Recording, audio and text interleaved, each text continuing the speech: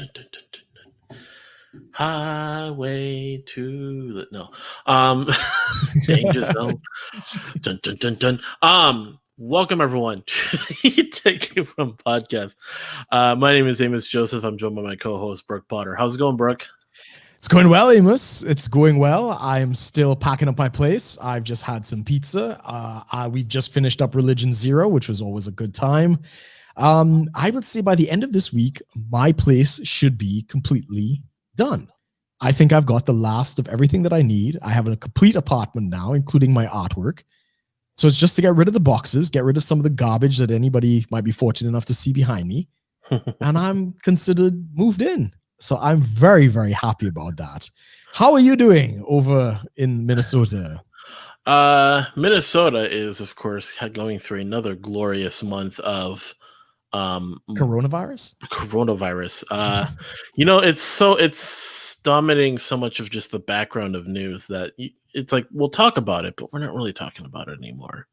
We're coming up on the 12th of the month, which is basically another time that the governor is going to go into the legislature and decide if he's going to extend his emergency powers, which I'm like 90% sure is going to happen again. Basically, he has to go month by month to extend his emergency powers, which include like just having the near absolute authority of dictating how we go about reopening. Right. If we have to dial it back, dial forward, how to handle a lot of things. And then, of course, I think that's kind of like the whole thing with, people are kind of freaking out with Trump too. In Minnesota? Why would they be freaking out about Trump? Not free. Well, just the country in general. I'm saying is, beyond the typical Trump derangement syndrome. Now people are kind of making a big deal because Trump signed 4 executive orders yesterday. Right. But we'll talk about that later. The Supreme Court has been ruling on legislation for DACA. Obama has been, decreeing things as. So, libertarians are running with that to be like, hey, Obama did it too, so don't act like Trump was some special case. Exactly. The elected president king started with Obama, but we will definitely get to that later in the show. And then of course, Joe Jorgensen got bit by a bat. Batwoman, or is it Bat Joe? Bat Joe. There is a shirt going around right now that is basically raising rabies awareness. Brilliant. Yeah. Because rabies is a real pandemic too. There's no cure. If you don't get the shot within the first 72 hours, you could be fucked. So yeah. Anyways. that became a whole meme that kind of, I think, overshadowed the whole BLM tweet controversy in a way. The fact that she got bit by a bat, is that like the best thing that could have happened to her? It's with libertarians especially, everything is a meme now. So it's just like, it's more memes to make, memes. Selling T-shirts about like raising rabies awareness, kind of like the so someone made a shirt that was a reference to the Office episode where Michael Scott he did like a fun run because what's her name? It's not Phyllis. Meredith was one of the employees in the office who got bit by a bat. Okay. So there's an episode where they find a bat in the office. Dwight has to go and instead of getting exterminator, he goes through this whole process of getting it. In the process, Meredith gets bit by the bat, and she has to go get a rabies shot. So then Michael Scott turns it into this whole we need to do a rabies fundraiser fun run kind of thing. So is that what's going on right now? So then someone was like, the references, we got to make a shirt just like that. So it was the Spike Cohen, fun run, rabies awareness fun run shirt or something. So we got Tom Bombadil in the chat. No, it's all good there, Tom. There's that, so Batwoman is now a thing. I did. Our chairman for the Libertarian Party in the UK did make that reference, like, oh, Batwoman. Jezebel. You remember Jezebel, the publication? Oh, the far left publication, sure. Far left feminazi feminist publication. Yeah, feminazi is probably accurate. They posted an article very soon after and said, misogynist bat bites bites only women presidential candidate. I swear, yeah. I thought it was a joke, but I read it being serious. I think it was more clickbaity than being serious, right? But I read the article and it was just the article was like 3 paragraphs long. They're mainly quoting tweets and just kind of like pointing out like, oh, like the 2-party system is a 2-headed monster, and basically this is a 1-headed monster that bit her, kind of thing. And I was like, okay, cool. I mean, exposure is exposure, so I think it's fun. I agree. I agree. I think Styx Hexenhammer, he just shit on the Libertarian Party as well. But he made some very interesting points about the Libertarian Party. Since Gary Johnson in 2016, they've kind of got hooked on money, because for the first time they actually raised like some significant money. Mm-hmm. And as a result of that, they know that they're not going to pull anything from the right, really, because the Trump base is pretty much a block at this point. They're not going to really get any kind of, GOP. So low taxes and, reduced regulation. You're not going to say that more than Trump could say that. Right. So they realize they're not going to pull from the right. They've got to pull from the left. Right. And he's saying, they're going more social justice and, the whole tech censorship and, we're more open borders than the Democratic Party. And he kind of said, well, look, I mean, he doesn't support the party so much, but he understands the game that they're playing. So interesting take. I think I posted that video on my Facebook. So I think it recently came out if anybody's interested. Yeah. Now, man, we kind of skipped over a couple things. A little bit of housekeeping, of course. Of course. So as we do with all our shows, we let people know that we do our live stream on YouTube, and as a result of doing it on YouTube, of course, we you can subscribe to the channel, leave a like, leave a comment, share with someone you might think that will enjoy the show. But most of all, if you do want us to really, really support the show, really give us your firstborn. No, you can basically exactly. You could go to tacticalsoap.com and wash your nuts. And basically you go there, you can buy this awesome soap that I use. I used up the stock that I have. It's all in the bathroom now, so I got to buy a new set of it. But it's good soap that is good for washing pretty much anything on your body, of course. Don't do your dishes with tactical soap, or else that would be hilarious if someone did the dishes with tactical soap. We could make a video about that. I do everything with tactical soap. Wash my car. Yeah, wash my car with the real pumicey looking soap, because that'll go great. So you go to tacticalsoap.com, you use the coupon code 10K Rum, just 10 and then the letter K and then RUM, gets you 10% off on all your entire purchase. And then there's a little bit of a kickback to us. Or if you want to support in a more direct way, you can go to subscribestar.com /shitlord-preachers, where you can support us on a monthly basis and, of course, get a first look at, the only look of some of our raw takes. You get a shout out like Edmundo, our #1 subscriber on Subscribestar, on a regular basis for being our top tier supporter at the moment. And you get a lot of different perks that since we're still kind of in the beginnings of that, we do have some supporters. We're wanting to kind of diversify and give people more perks as we go forward. There is that there. And then of course, so thanks for, of course, checking those out, guys. We will, of course, be talking about this more as we go in the show. But basically, Tom says he's going to buy the tactical soap with our code. Thank you, Tom. We do appreciate it. Yes, definitely. Every little bit helps. Yep. So The big news this week. The big news. The big news was yesterday. Trump signed 4 executive orders. Yes.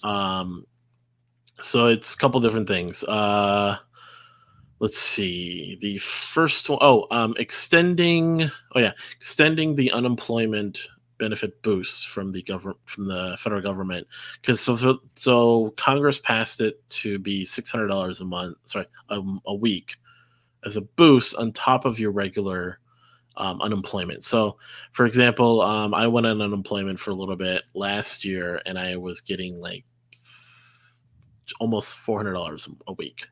Right. I would have been getting $1,000 a week if I was on this new boosted thing. Damn. Now I'm still working through this, so I'm not getting any unemployment. But just imagine that a lot of people getting like $1,000 of basically, unemployment. Yeah, or even just $800 or $900 if they were doing some withholding on taxes and stuff. So yeah, that, which is why you had this whole thing with people not working, because it's like you can make more money being home. Exactly. So there's that. So now there are people, I think, that do genuinely need that boost, because of the job market as it is. Like, a lot of jobs not only were just sort of put on hold, but a lot of them just disappeared. Correct. So while Trump is sitting there kind of waiting on the both chambers of Congress kind of hashing this out, they keep going on recesses. No one wants to budge. Yeah. And so he was kind of like, fuck you guys. I'm going to sign these executive orders to at least give a little breathing room to some people. So he extended that. That was the one. And then he created the payroll holiday. Right. I think so people making under $100,000 get a payroll tax holiday for like a certain period of time. Right. Okay. And then that saving gets deferred back to the employee. Okay, cool. So basically your employer doesn't have to pay that tax. Right. They just give it back to you. Then there's the eviction ban, eviction moratorium that is going to be extended. So federal housing and stuff is going to have an extension on their evictions. Like, they can't just evict you. I think, what was the other thing? I have to find exactly what I had this pulled up. and then I put it away. Let's see here. I did the search. Didn't he do the executive order on healthcare that all healthcare providers have to cover pre-existing conditions? Here we go. Student loan. That was the other thing. Oh, okay. Yeah, I mean, there was something about it. I know there was some someone looked into some things, like, surprisingly, even in an executive order, you can fit in a little bit of pork.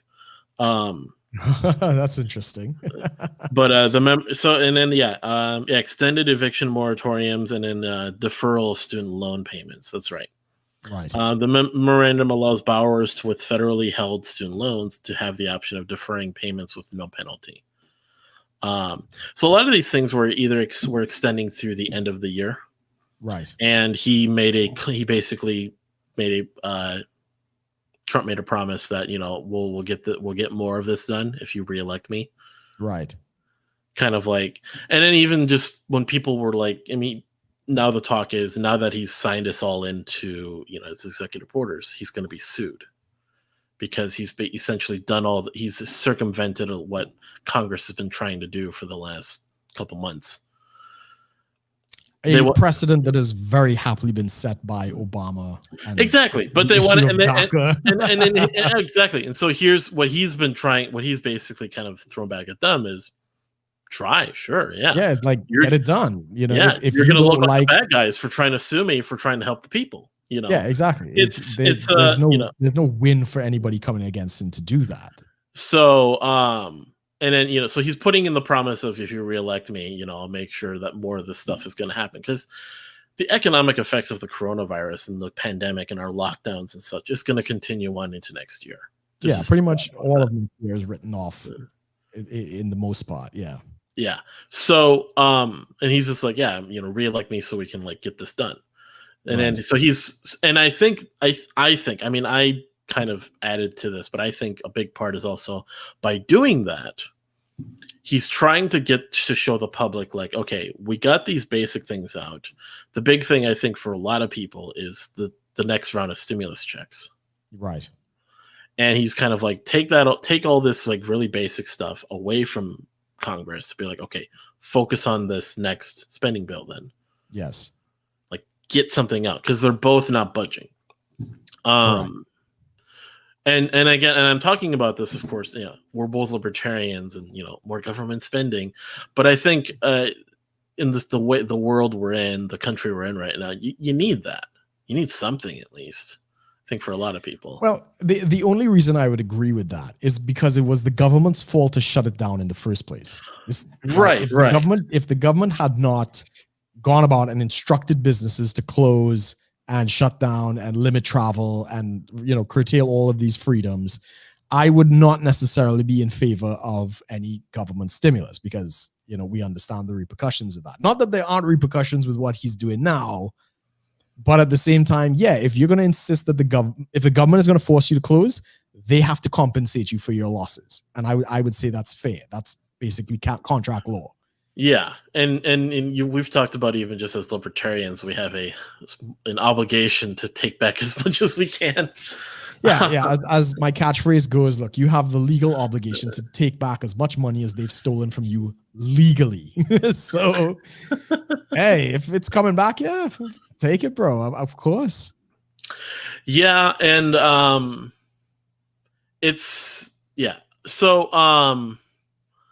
So those things are going on. I mean, I don't know much to really go beyond that. I mean, it's all kind of going on in the background. I know there's what else is really going on? I'm not quite sure. I mean there isn't too much going on. I mean, the riots are still going on in Portland. I think the Democrats have had some hearings where basically they've been shown to be inept regarding the Black Lives Matter protests and the Antifa violence and other things like that. Senator Ted Cruz had a fabulous moment where he condemned white supremacy and the Ku Klux Klan and all these things. And then he turned to the Democrats and, why can't any of you condemn the violence that's coming out from the far left and the Antifa groups? Now, I don't know. Yeah. Did we touch on the whole thing in the last couple of weeks about the whole federal agents being sent out there thing? I think we touched on it, where in Portland he sent the federal agents, and then the Portland police came out, like the local authorities came out, and they still can't control it. There's still violence going on. Yeah. One thing that I'll have to tell you more details on how this discussion that I had, but I had a discussion with some people that would be more right-wing, that people that worked in government, that were saying, like, it's interesting, like, because a lot of the right-wing, the talking about that was like, oh yeah, well, if the police and the local government won't do anything about it, of course Trump is going to go in there and try to protect the people from the rioters and all this stuff. But that seems nice now. Yes. But now he's set a precedent for not any left-wing president in the future.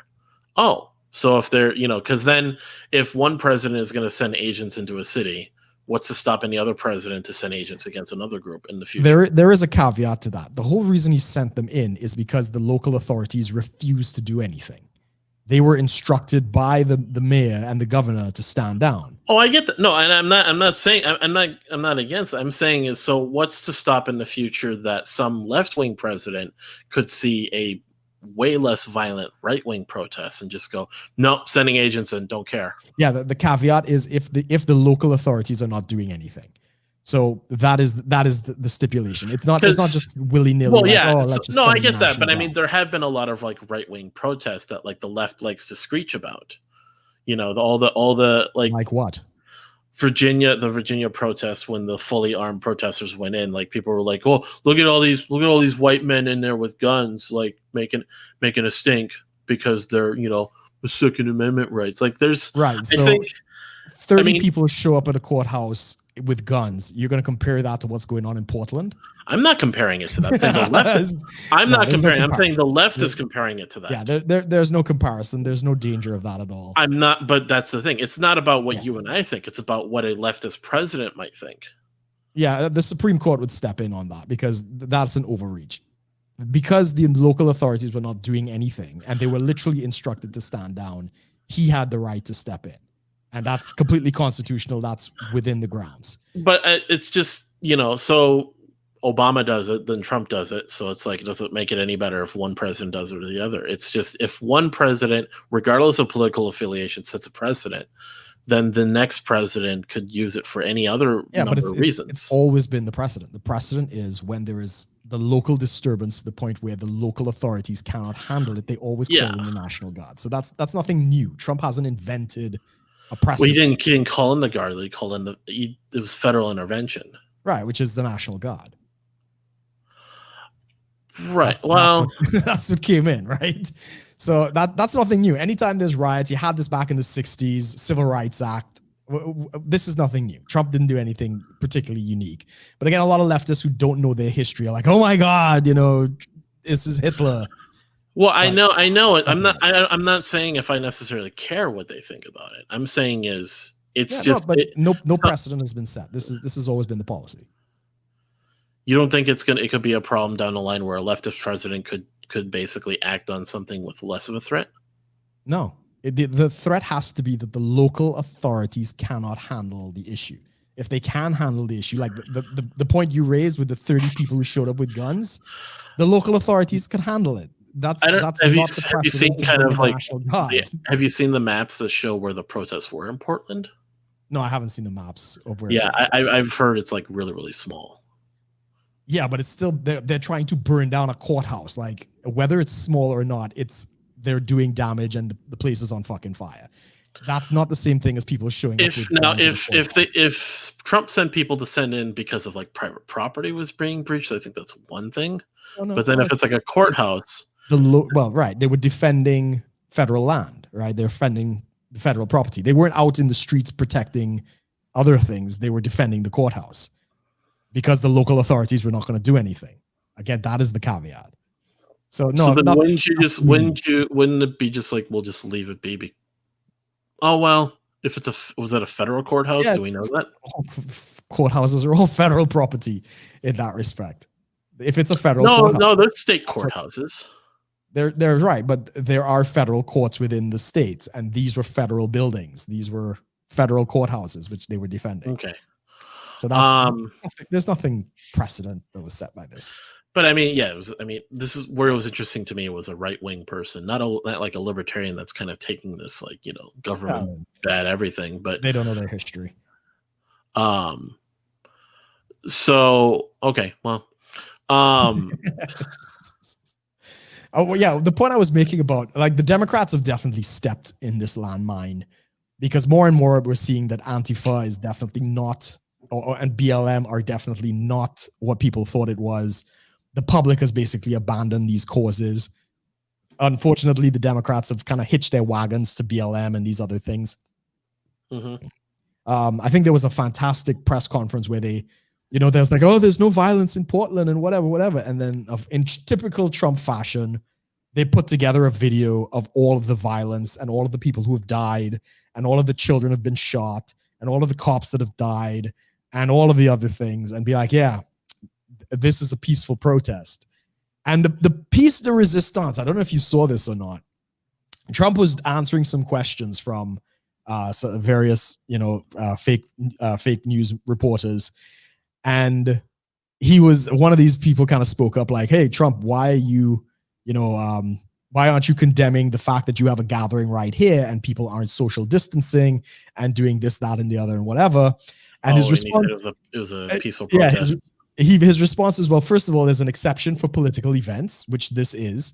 And, they're in the back there. They knew that the fake media was coming. This is a peaceful protest. And the House went nuts. So, yeah, definitely been a very good week for Trump in that respect. He's definitely owning the media, which people seem to love more and more, which is always fun. Yeah. I know I think I'll mention this. I had a chat with our friend Jeff from, now called Dormant Dynasty, formerly known as the Asian Capitalist.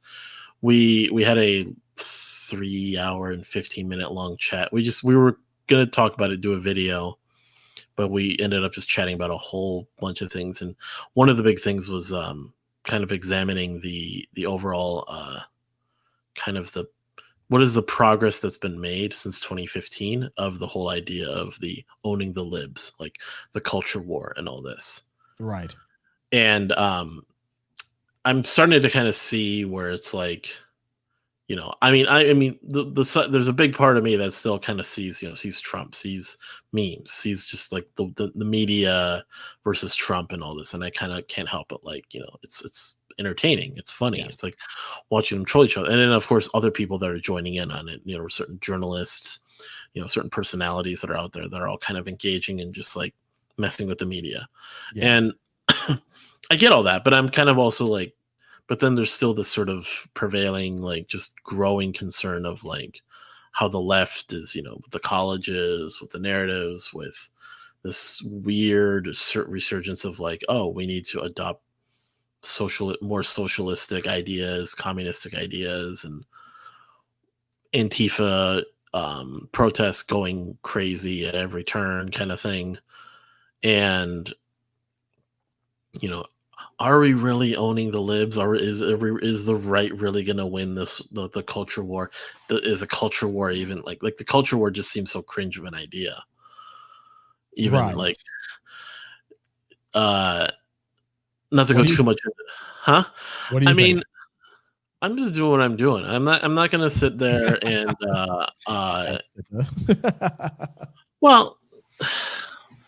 I mean, I think there is. I'll post memes and I'll engage in conversation. Like, that's my contribution to the so-called culture war. But there's this sort of, I think the whole idea of like the right with pursuing a culture war doesn't seem too different from sort of the left with their supposed, like it starts sounding a lot like resistance on the resist movement on the left. Right. Because they both have their crusades of like, well, we need to win the culture war and own the libs. Well, we need to resist Trump and stop fascism. And I'm thinking, right, but only one of those is true. So, but I know, but it's just I kind of look at it like an overall just the dialectic. Like it's a cycle that we're going through. The pendulum is swinging this way. A couple decades down the line, we're going to have there's going to be a reversal of this, where now completely agree. So the backlash of the right is going to swing back around, and then then the left is going to be like, oh, now we're the counterculture, and it's like, who would have seen this coming, guys?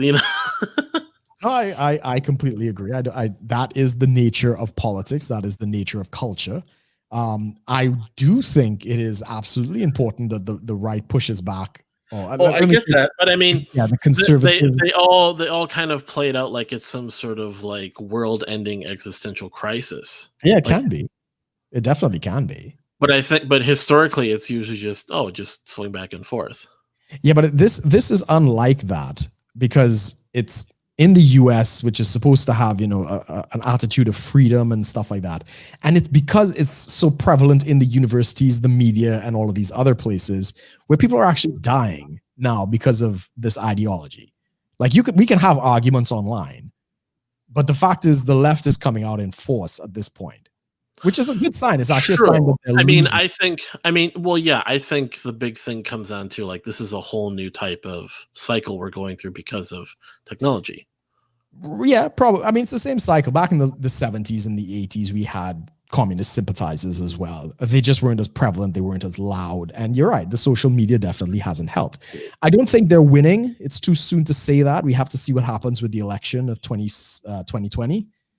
But I kind of see it as like this is just a cycle that's going to play out, and I have a sense of trust of just what Trump likes to call the silent majority, to just kind of be sort of the anchoring, because the silent majority, Like That's what Trump. we're hoping for. Well, Trump kind of keeps saying, "Oh, the silent majority is on his side." I'm thinking, well, I'm thinking they see him in a more objective light, and kind of like they're kind of like the people that are like, "Don't make me defend Trump because I actually just like give a shit and read about things." So it's like I might not entirely like Trump, but I hate the fact that that most of the country likes to misrepresent him. Yeah. And the loud voices misrepresent him, and it's like, okay. I mean, mean, in recent weeks, Tim Pool has basically come out and basically said, look, and Tim Pool does not like Trump, right? Just flat out doesn't like Trump. But he himself said he's going to vote for Trump because yeah, there's and nobody else that is a viable anything. Yeah, I mean, when I'm talking to people, it's like because of like so, and I've talked about this plenty. Like, I'm in like Facebook groups and stuff with a whole variety of different people with different political ideologies. Anything from centrist to leftist to right wing, extreme, real right wing people, from people who are verging on ANCOM ideas to ANCAPs to alt rights to people that believe fascism is probably a better idea. Some people that believe some sort of like a means of controlling the population. Now, are they out there like actively moving like, oh, I want this to happen now? No, most of them are actually surprisingly fairly libertarian about their own ideas. Like, right. Oh yeah, I prefer these ideas that are very anti-American, anti-freedom, but but they're just kind of like keep themselves. Like they have conversations about it. So I'm talking to all these people. Yeah. But here's the thing. So so I'm having these like conversations with these people, and I'm trying to get like a well-rounded perspective. So like, I'm not going to agree, but at least I should know. Alec is actually someone that watches Masculine Geek a lot. Awesome. He's out in New Zealand, so he's checking in from there. So thanks for checking in there, Alec. So I'm having these conversations with these people and having this more whole perspective on like these fringe ideologies. So I can I'm even like making the effort to try to understand why flat earthers are flat earthers. Just because I it's interesting. I really dig down. Okay, why do you really believe it? Not just why not? Flat Earth dumb, and when I'm engaging with what we used to kind of call like normies and stuff, I'm talking to people and they're like, oh, these crazy people that believe in this and that, and I'm like, oh God, please don't make me have to defend like this fringe ideology that I don't agree with, but I have a better understanding of than you do. Like, and don't. Oh, I get what you're saying, but like, it's, you know what I mean? Like it's like, I encounter that all the time, and I just don't. I might have better understanding on things, and okay, you want to whatever. But this is kind of but on a more mainstream way. This is kind of what's happened with a lot of people with who do any amount of like looking into Trump, sure, or even just the entire movement behind him. Like, not everyone that wears a MAGA hat is a racist. That's apparently a huge revelation for a lot of people. Yeah. If you're sucking down hard on MSNBC and CNN and stuff like that, of course, you would think that everybody on the right is basically Hitler. But it's not even just sucking down on them. It's just sort of the dominating narrative in so many aspects of society. No. It's the dominating media narrative. I don't think it's the dominating. I mean, there was an article. Did you hear this article that came out recently that 70% of Americans are afraid of sharing their political views? Yes. Why? That's because of the left. That's because of the cancel culture that's come out, and how this Puritan thing where they could pull up a tweet from 20 years ago will get you fired or canceled. Well, so I'm saying dominating narrative because that's what people hear. It's not the dominant narrative. It's just the loudest one. That's why I'm saying it's dominant because it's loud. But because 70% don't want to share their views, it means it's not the majority, which is the point I was making. I didn't say majority, I said dominant. Right. I don't think it's dominant. The dominant is the 70% that, don't agree with the narrative, but don't want to say anything. So they're not dominating anything then. And I know. So they're not dominating anything then. Well, we don't know because we have to see what happens in 2020. Because I'm saying there's a difference between dominance and control. Right. I would say there's a difference between dominant and loudest. The dominant is one that actually gets control, which would be why we have to wait to see what happens in 2020. Right. But I'm saying what I'm getting at is, I mean, we're kind of in the weeds on the definitions, but basically, like, because they're the loudest. Granted, the control, we don't really know how far that goes. Correct. But because they're the loudest and they're growing in terms of what people kind of like listen to, like it's what you're hearing a lot of. So it's not growing in terms of audience. Because if people, no, I get that. Yeah. What I'm saying is so people, what is this? Oh yeah, that's okay. I was just sorry. I'm reading the comments there. I got confused. Like, what? Move on from the topic? Yeah, I'm looking at it and, like, you know, so 70% of the people that don't talk about it, they just don't talk about it. So it doesn't get out there. Like, it's not shown that those people believe what they believe. Or even, like, that doesn't even necessarily mean those people are, like, on the side of Trump or anything. Like I said, there's the silent majority, like, because Trump likes to, you know, the silent majority is with me. Not necessarily. Oh yeah, not everybody, of course, but I think he's, maybe not with him, but they're probably not with the fringe, not with the loud narrative that's being pushed at them. And yeah, but the evidence of that is the likes of Joe Rogan and others who were always kind of considered classically left. Even what's this guy, Bill Maher from HBO and stuff like that. All of the typical leftists are now coming out against the dominant, well, the loudest narrative.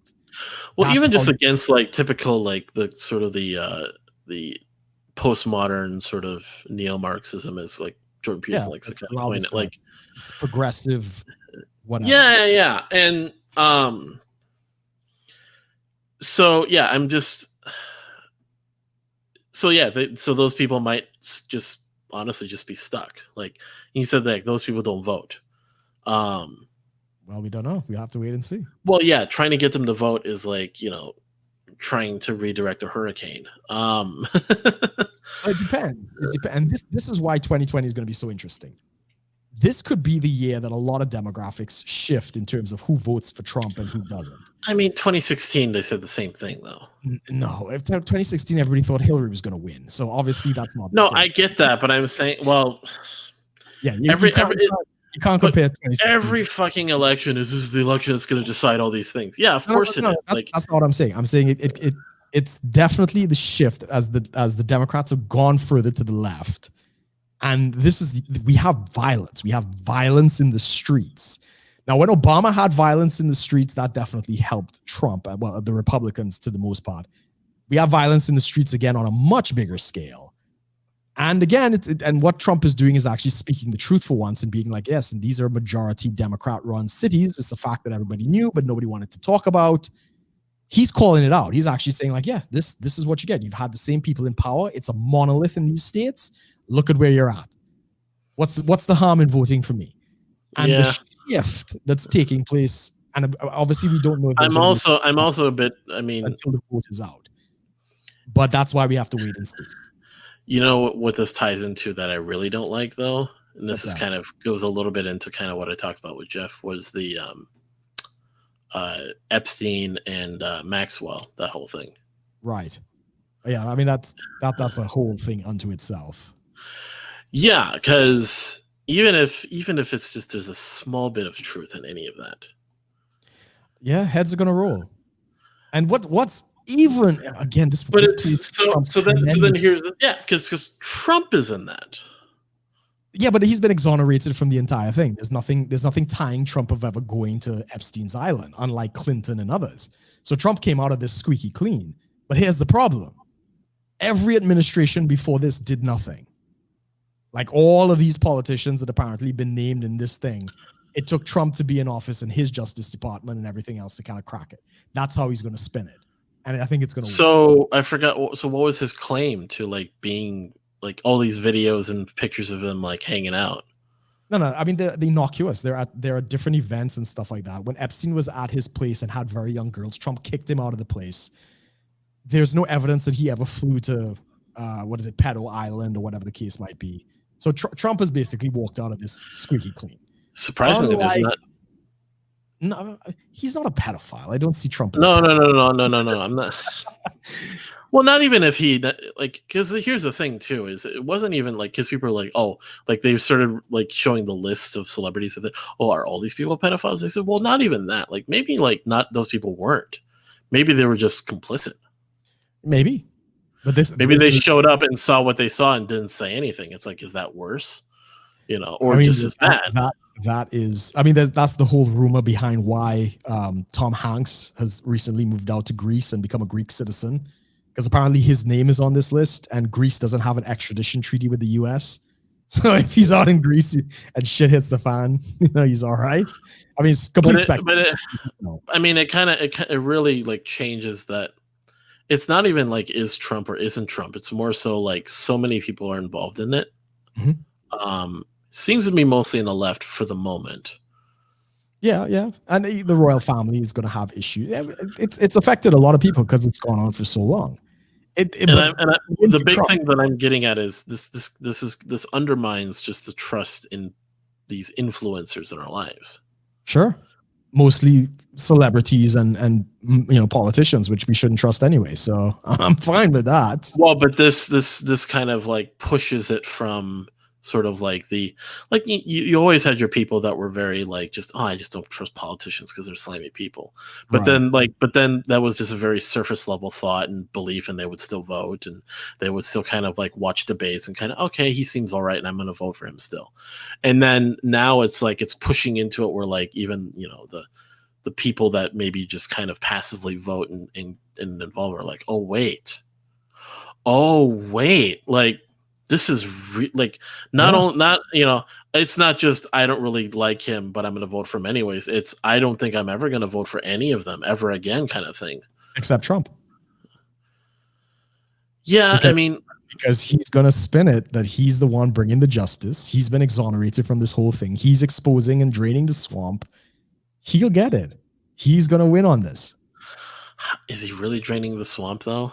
It looks that way. There's so much swamp stuff still going on in Washington. Don't get me wrong, the swamp is endless. Yeah, I'm just saying you want to watch how you're kind of wording that because it's that's how he's going to spin it, and he has a point.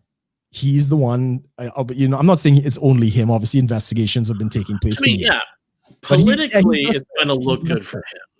Yeah, this is the thing I think where we kind of go about it differently when we talk about this. Is you and I are agreeing like we see the sort of the like. Yeah, the big picture is the swamp is still going to be there. Yeah, of course. You're not going to, swamp everywhere in the world. Well, I get that, but it's sort of the acknowledgement of that reality. To some people, kind of see it as like sort of like an agreement with what's going on. Like you 100% completely, totally, you're going to wear a MAGA hat. You fully support Trump when you and I are libertarians, right? And it's like, well, no. It's just we look at it and we're like, yeah, this is just the reality. So let's talk about it from the sense of that reality. Completely agree. So, drain everything not connected back to him. Yeah, that's yeah, probably. Isn't that all politics, Corey? Yeah, kind of. Is it 3D chess or is it just political? What would it be called? I'm trying to think of a gambling example. Is it a political Hail Mary? Yeah, sure, maybe. But it still looks good. No, it's probably just like good political poker. Yeah, probably. He's not bluffing. No, he's definitely not bluffing, which is why he's actually no. You don't know if he's bluffing. That's the thing. No. So No. You distract the people away from his hand because he bets so big and he's so confident with his betting, and he has so many, and he gives he projects that he has so many more chips than everyone else. No, he's got a strong hand. I think you're missing it. I'm saying to Corey's point of draining the swamp, not connected back to him, because connecting back to him in a sense of poker would mean he has to reveal exactly what he has. Right. So he might have an okay hand, but he might not have the nuts. Right. Okay. So he plays so confidently, and he Right. plays like he has more than everyone else. That no one wants to really. That he plays it that no one is.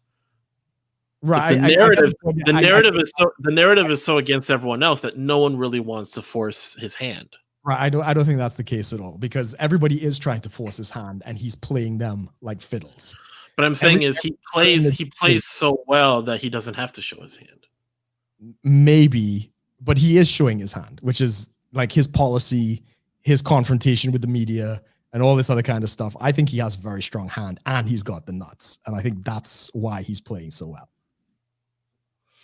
Because if he had nothing to show, I'm saying if he had the nuts, that means he is completely squeaky clean, absolutely no fault, never done a single wrong thing in his life.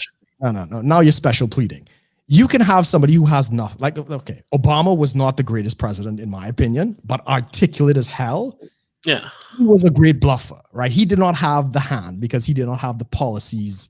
You know, the nuclear deal with with Iran, there was a lot that was wrong and stuff like that. He did not have a strong hand, but he was able to bluff it.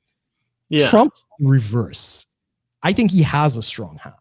At least a lot of people might think so, because how he's played the economy, how he's stood up to Russia and China and NATO, and he's got a strong hand, politically speaking, as well as he's confrontational. He's in your face.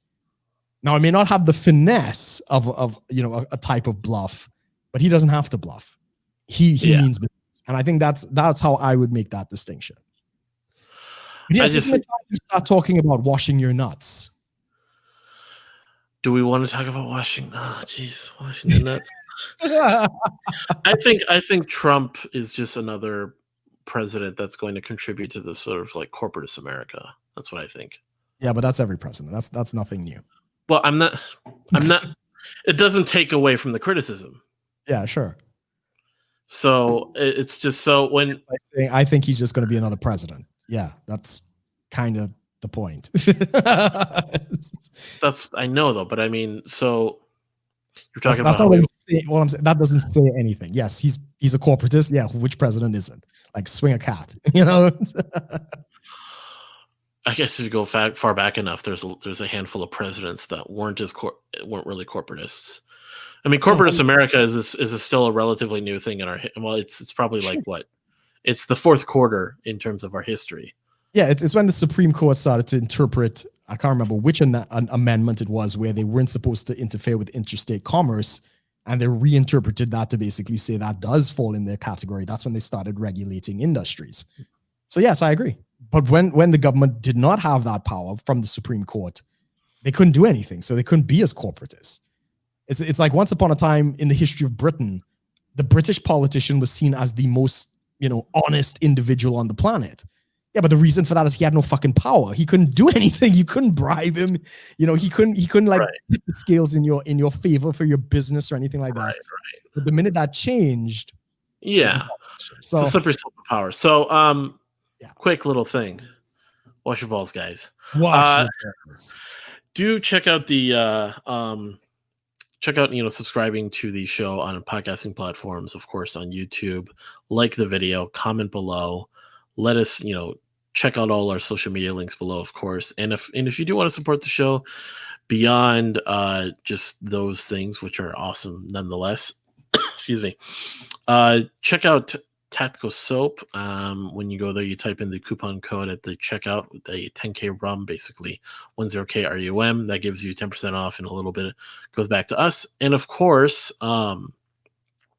check out Subscribe Star, which is a way you can help us basically pledge to us monthly, where you get different things from just extra videos that we do, our raw take series, and then of course you get a shout out from us. We're again, like I said, we're kind of developing that because we just don't have a lot of people right now, but as we go on, we'll start to give out more and more stuff, be able to like make it more definitely more of a value, and some merch, special giveaways. You never know.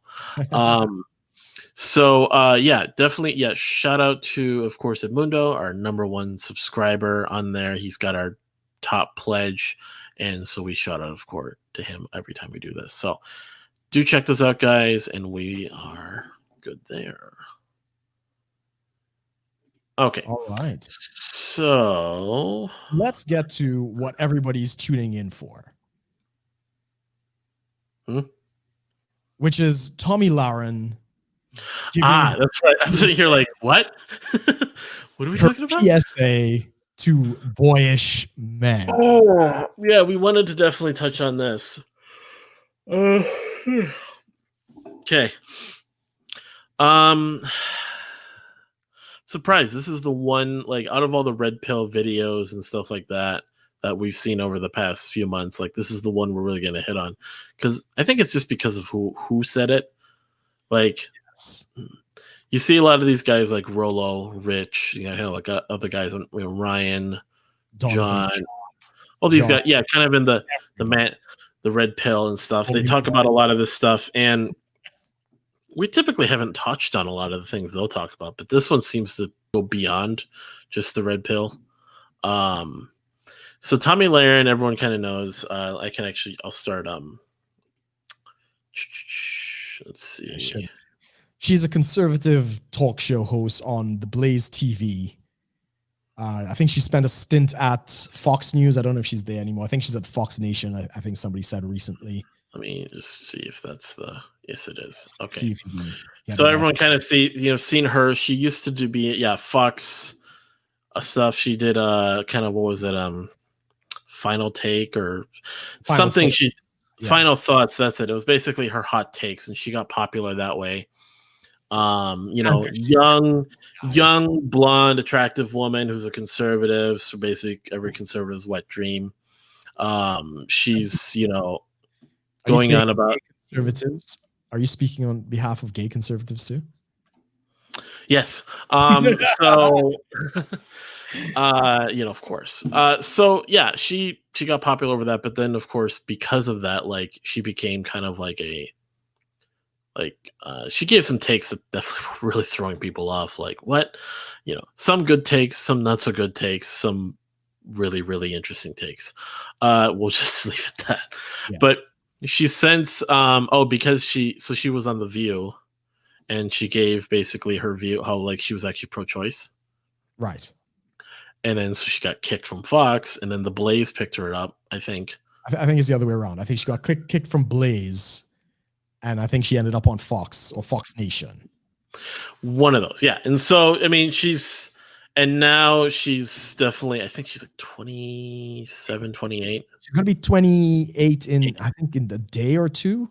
Something like that. So basically, and then, so here she is, she's talking about like boyish men. So we'll wait. Another quick caveat is that she's recently exited an engagement to another gentleman. I didn't know about that. Yeah, I think he was something Frick. He was a semi-professional soccer player turned he was running for Congress in California. Gave her a $50,000 engagement ring, which she was splashing all over her Instagram not that long ago. It ended, I believe, in either February or March. And now, a few months later, we get this from Miss Lahren. And I'm not surprised, to do with totally objective, of course, no biases whatsoever. Because she's a conservative. Everything I mean, it's the TradCon thing. I was about to say that. Yes. Exactly. So let's see here. She doesn't look very happy there, I must say. Oh yeah, I mean, talk about your if you guys remember, like, micro expressions. A little yellow fever for Michelle Malkin. If you guys remember, like, anything about the idea of micro expressions, that's definitely one right there. Like, you're not impressed. Well, yeah, you catch split seconds of people's expressions. You can actually get a better glimpse into their emotional, their mental state, instead of just the whole movement of like what they're doing. Like, people that put on smiles. Yes. And then if you watch in slow motion as they're smiling, the little glimpses of them being like absolutely furious or something, or like don't smile as well as they say, so they get these little wrinkles. It's a fake smile. It's not. But then, like, if there's like a break in that moment where they kind of go do something else, their face will like split second show that they're not happy. Anyways, fire it up. Let's see. So guys, let us know. It was a live thing. Yeah, skip ahead a bit. So waiting for you guys to get here. So on my mind and politics, there's plenty to talk about in politics right now. Do it every day. It's a great time. But something as of recently has been on my mind. And I consider myself a teacher, a helper, someone who could possibly inspire people to be better. Humble brag. Because when I did a video on this, when she started with that, and I said this wrong in my video, I thought of the Mandarin from Iron Man. I don't know if you remember that from the second or third Iron Man. I am a teacher. I see myself as a teacher and an educator. I was like, oh, this is going to be fucking great. Yeah, fire it up, man. Fire it up. So with that being said, this is a PSA for all the men out there and all the boys who think they're men, but they're actually boys. This is going to be the summer of canceling boys. Now, from my own personal experiences and the experiences of all of my friends, which range in age from 24 to 36, we've all got issues. Now, I will also say this. Canceling boys, everybody. No. I'm inspiring people to be better, but I'm going to be canceling boys today. And all my friends for 24 to 36, which we have a problem. Yes, you have plenty of problems. This is not very inspirational. This is not. I mean, you've come out of the gate basically saying all of these men are trash. In fact, she does say that later on. So very little about actually making people better. So all of my friends are attractive. All of my friends are successful. All of my friends have something going on. Almost every single one of them have an issue with men. And you have to start looking at that and thinking, if an age range of that many people, including myself, living really all over the country and being blonde, brunette, short hair, long hair, I mean, tan, super white, super pale. I mean, these women range in every body type and everything. They're all successful. They're all intelligent. They're all good people. But if all of these women, including myself, are having issues, then I have to think it might not be us. It might be you. It might be men. Wait. It might be men. Now, I've often talked about the... Pause. Okay. Right. No, we do hear what Holy shit, solipsism. We do hear what you said. Right? Yeah, so solipsism, for anybody who doesn't know, is just the world revolves around me. It's basically, but it usually clear signs of solipsism are, I mean, she literally just admitted to it. It might not be me. Yeah, well, we might not be the problem. Yes, her and all of her friends may not be.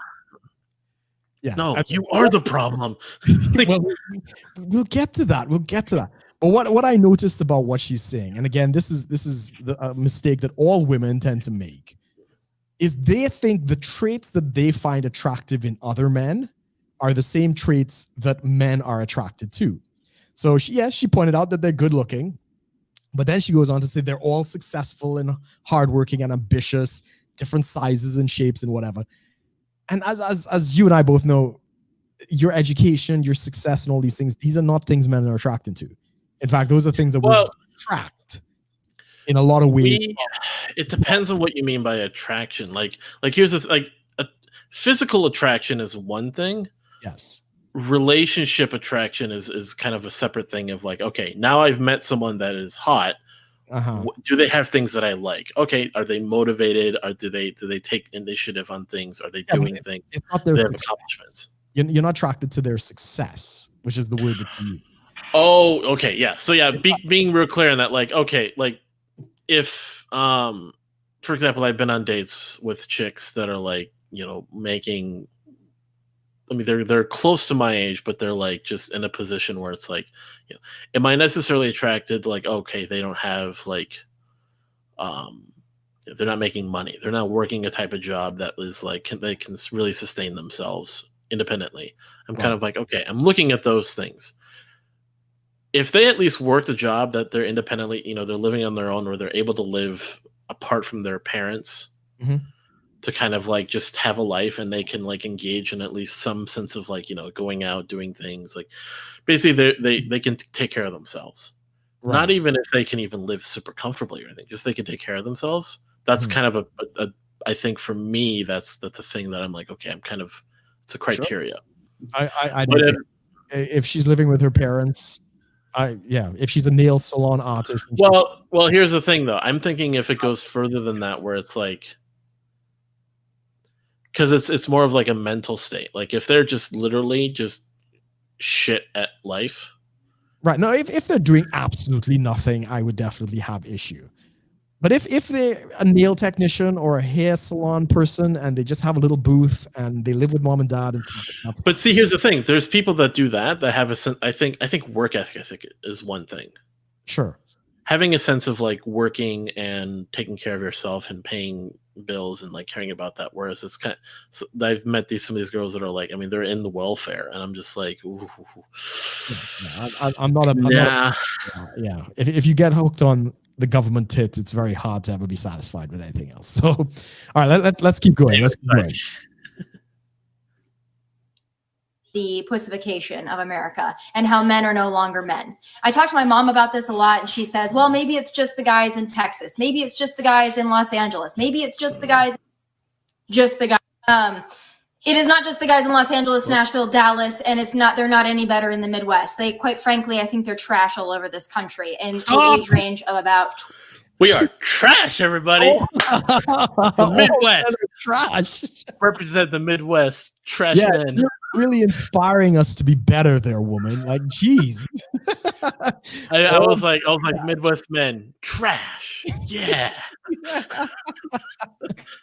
Yeah, I'm just so much more in love with this woman that she's called us trash. Like, I'm so remember, now. You remember? Let's see here. Oh, not that. Anita Sarkeesian, garbage human comment. Garbage human comment to Carl Benjamin. Yes. Remember what year that was? Oh no, I think it was 2018. Okay. I think this is not too far behind that. I know. And it wasn't. Well, the funny thing is, Carl Benjamin did not make a lot of videos about her. It was actually Thunderfoot, which is another YouTuber, but you couldn't tell them apart.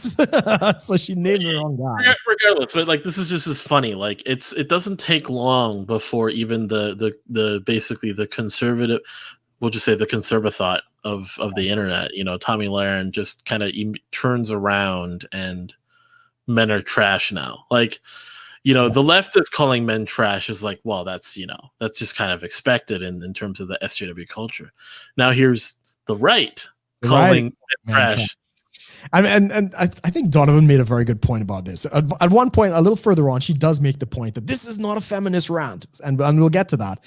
But if you look like a feminist, you talk like a feminist, and you say the feminist talking points, you could say you're conservative and traditional all you want, you're a fucking feminist, right? So, love that, Conk. Are we Scubalon? Are we? Anybody doesn't get a reference, go and check Religion Zero episode 17. All right, let's keep going, man. Let's keep going. 20 to I think about 55, maybe even 60. A lot of men are trash. A lot of men don't know how to treat women. A lot of men don't know how to really, quite frankly, pull their heads out of the sand and pay attention. So I am going to help you. And these are some of the things that I've experienced. And these are some of the things my friends have experienced. I'm just going to lay a few things out. They haven't all happened to me. Some of them have just happened to my friends. A lot of them have happened to me. They all happened to her. The first thing, and I've made notes, by the way. I've made notes. This is how invested I am in this because I've been thinking about this for about 2 weeks solid now. Patronize us more. First question for men. If you like a girl, if you're even somewhat interested in a girl, you need to ask yourself this question. Are you single? No, I don't mean are you kind of single, seeing 5 people, dating somebody, still kind of in a relationship, kind of broken up, kind of on again, off again, kind of married, kind of divorced. Are you actually single? There, that means single. By the way, guys, I want to start kind of at the beginning there. 60-year-old men are trash. Yeah. That's 20 to 60.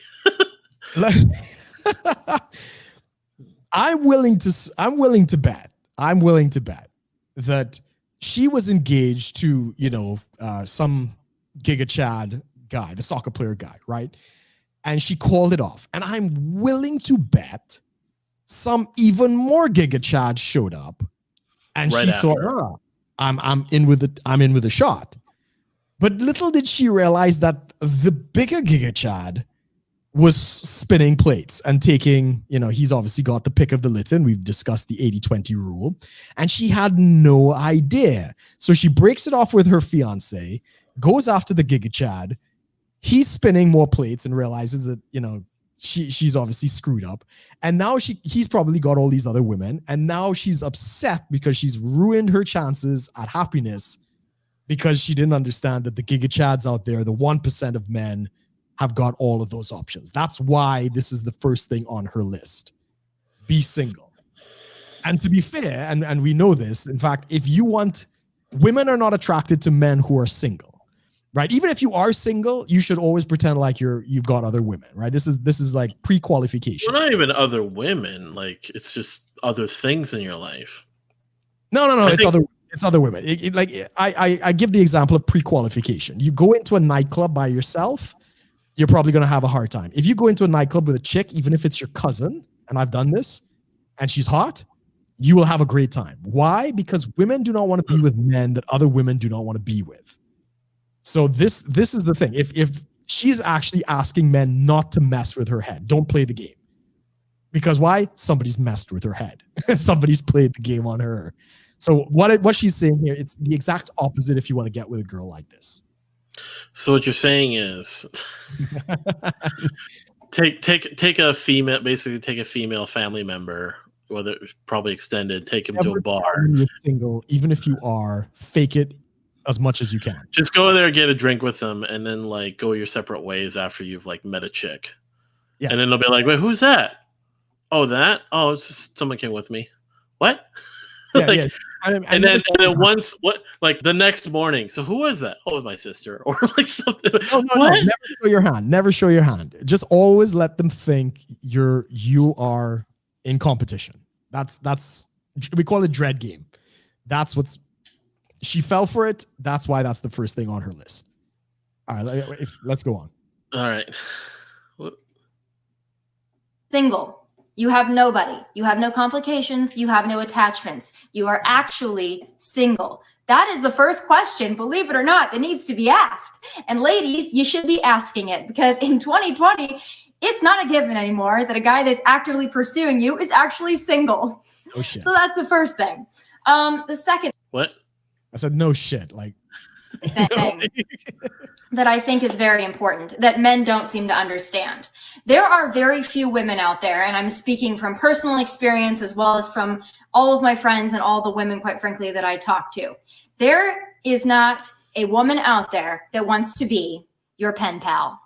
She doesn't want to get your texts, your good morning texts, your good night texts, your random through the day texts. If they don't. Someone is really, really bitter about good morning and good night texts. Because yeah, go ahead. Well, I mean, I've heard of like I have friends that are like in relationships that like, perfect. They're very happy.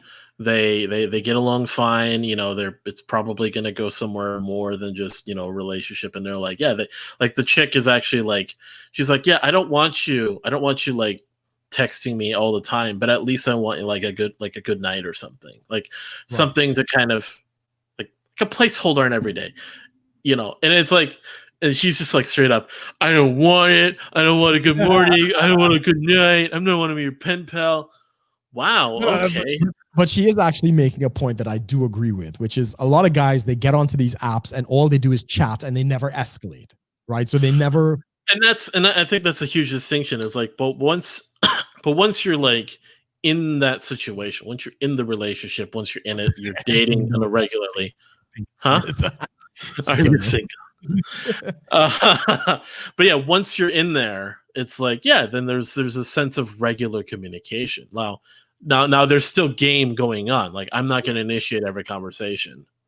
Yeah. I know. I told you, I went on a date and it just did not go the way I intended it to go. And I was just like, I'm not going to start anything then. Like, I didn't block this person. I didn't like, because ghosting typically includes like you block, you cut off. Like, there's no way they can contact you. I didn't do any of that. This person has not contacted me at all. And I'm just kind of like, all right, and that's that. But yeah, she's just like, I don't want it, like, wow, okay. Because she does get to the point about why that's the case. So let's go a little. Don't further. follow up with a plan to actually, here's the kicker, in person hang out. Now, I know what you're saying. Yeah, it's COVID, people can't hang out in person. This has not been a 4-month problem. This has been a 5-year problem that I've experienced with men, and my friends have experienced with men. Women do not want a pen pal. We don't want a texting pal. We quite frankly don't care if you text us all day or if you don't text us at all. If you're not going to make a plan to actually see us in person, not interested. And if you do have a woman out there that just wants to be your pen pal, it's probably because she has a boyfriend or a husband or a wife or whatever. Not that would stop a woman out there. But that also leads me to my second point. This is going to be backwards for you guys. What is that? Make plans. What's the next one? Something value? Oh. Yeah. Make plans. Make a plan. Do not assume that you can text somebody randomly in the middle of the day, what are you doing? Or text them at midnight or 1 a.m. Someone doesn't like to just make plans, I guess. No, she just sold herself out, bro. She just sold herself out, right? So don't text him in the middle of the day or at midnight. When we are texting a woman at midnight, what's going on?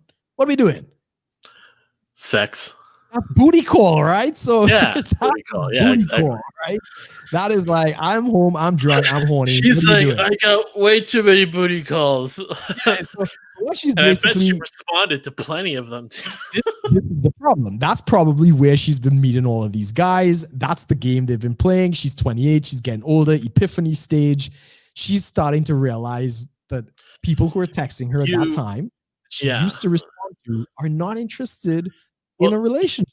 And here's the thing I'm thinking of is you don't just randomly start developing this next level epiphany of like, wow, I really hate men who text me in the middle of the night. And really what it comes down to is no, it's not about if you were like, it's not like you realize this. You actually went down this path and you probably got disappointed a few times. And then you were on the other side, you were on the next morning going like, oh shit, I just got, dick down for the sake of getting dick down for the 15th time this whatever month, maybe year. I don't know. Like, yeah, or day. Oh, day. Yeah.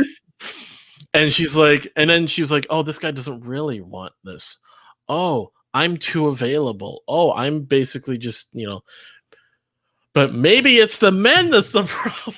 No, exactly. So again, what she's saying here, right, is don't pursue her sexually, right? She wants to be wined and dined and all of this kind of stuff. But as you and I both know, you don't want to pay for food until you fuck them, right? If you're paying out all this stuff before you have sex with them, you're paying for their time. I mean, heck, if you go on Tinder and you swipe right and you decide to just, I'm going to meet, I think actually, I actually learned this like real quick.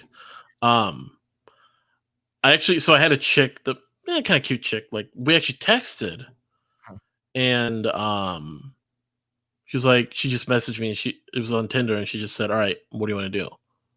Well, actually it was more so, where do you want to meet up? And I was still learning and I just kind of said, let's go get something to eat. She was like, no. And that was it. And I lost it. I was like, and then then it like flashed before my mind.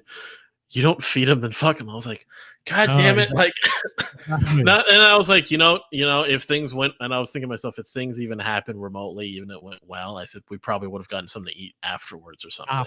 After. Yeah. So, and then that's where the relationship could happen, or whatever. And I'll make this a point for the men who are listening to this. Never take dating advice from women.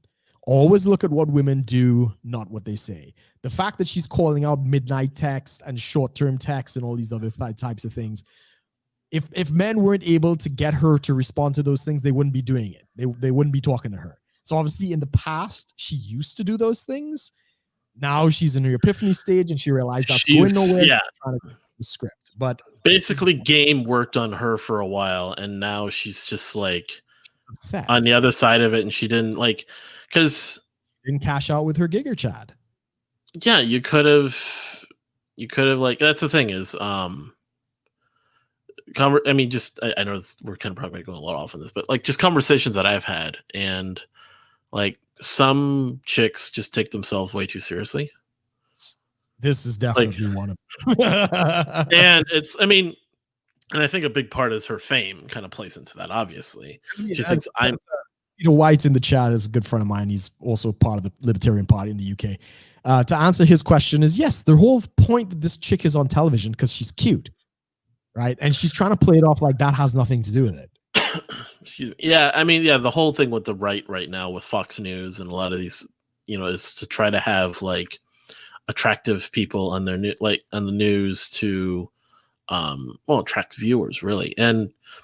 But then it's funny. Like there's actually studies that done that, like it's been shown that like conservative women are more attractive.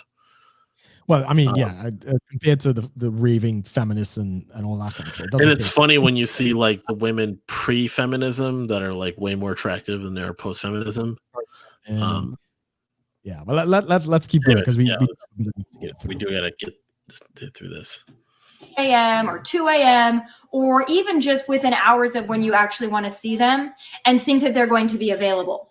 I personally, once I get home and I take my makeup off and I'm watching TV, I'm no longer interested. So if you didn't make a plan earlier in the day, or better yet, a day or 2 or 3 in advance, I'm not interested. I don't want to hang out anymore. Let me guess. She was really interested before, where after her makeup was off and she came home, she was like, "Ooh, a dude wants me." Plenty of times. I'm pretty sure she put that makeup right back on, or she put it on and invited the guy over to, get the business done.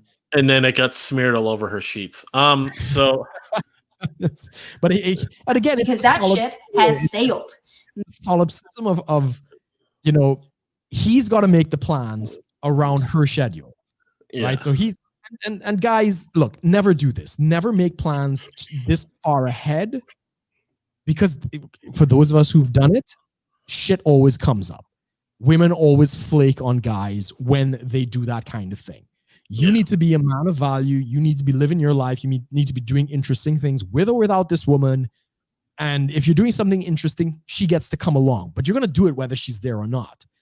But you're not going to make plans and do this kind of thing because that's how you get flaked on, right? Yeah. Being spontaneous is very attractive to women. So don't listen to what this woman is saying. Make a plan. I want to hang out with you at this time. It doesn't have to even be a date. I want to see you at this time. Are you free at this time? Or when are you free? I will accommodate my schedule to see you. When are you free? I want to accommodate my schedule to see you. I know it's not rocket science, but men of 2020, it seems like it's pretty difficult for you to figure out. And I'm not a feminist, so please don't take this as a feminist rant. I love men. I think men are great. I think men have failed themselves and they failed us. And I'm just trying to help you out because I think there are a lot of really great guys out there who. I'm just trying to help you out, man. Yeah, because all men are need trash. A little help. And I don't think that there are a lot of women that are stepping up and saying these things and not. Okay, hold it there for a second. Quite frankly, I don't think that there are. Right. Ladies and gentlemen, it is not a woman's place to tell men how to be men, for fuck's sake, right? She is in no position to tell men how to be men. I'm sure she'd say the same thing if, as we know, she's a pro-choice and this sort of thing. I'm pretty sure she'd probably use the same argument that men have no right to tell women what to do with their body. So here's the equality slap of the day. Women do not get to define masculinity, and they don't get to tell men how you don't get. Yeah. So if you don't want us to tell you what to do with your body, you don't tell us how we be men. Exactly. There's a trade-off. Solipsism, right? Look, I'm not going to deny the girl is pretty, right? She's a solid 7.5. Right. But at the same time, she's not the prize. She doesn't understand that as you go up the sexual market value and you're going for the top echelon of men, the rules change. Suddenly, you're no longer the prettiest girl at the prom, right? You got to be really exceptional because these guys have the best women from around the world that they could fly in, and shit on their chest in Dubai kind of lifestyle. She doesn't understand. No, at that echelon, you're not the prize. The guy is the prize, and you're in competition with all the other girls that are trying to bag this guy. So her entire mindset, if she's going for these kind of alpha giga chad, is completely wrong in this other thing. All right. Yeah. There are a lot of women that aren't raging feminists that don't look like Lena Dunham. They're saying these things to you. So I'm going to go ahead and say them because they need to be said. I am really so sick of my friends having to deal with trash men. I am tired of dealing with trash men. So I'm going to help you out. Make plans. So let's go through these lists again because I know y'all love a list. Number 1, are you single? Number 2, make a plan. Nobody wants a pen pal. We want to actually see you. If not, don't text us because it's a waste of our time and we don't want to see it on our phones. Got it? All right. Next thing. Value. Okay. Value. Take that in. Just repeat it to yourself until it makes sense. Okay. If you want to date a girl that has nothing going on, then that's fine. But please do not mix in people like me and my friends who have something going on with your other girls that have nothing going on. And by nothing going on, I mean this. There is no job that is unimportant. There is no job that's not valuable or that's not worthy. It is. But if you want to mix in people like me and people like my friends who are go-getters, who work really hard, who make their own money, who are talented, skilled, ambitious, please. Yeah, a whole lot of talent in that face. Oh, for God's sake. And you see this again, she's mistaking the traits that attract her to men. And she's trying to say, look, we are all these things. Men should be attracted to us. And sweetie, we don't care about your success. We don't care about your ambition. We don't care about all of, this go-getter and all this other stuff. I mean, just looking at her, yeah, she's attractive, but that's not that's essentially what she's considering her talent.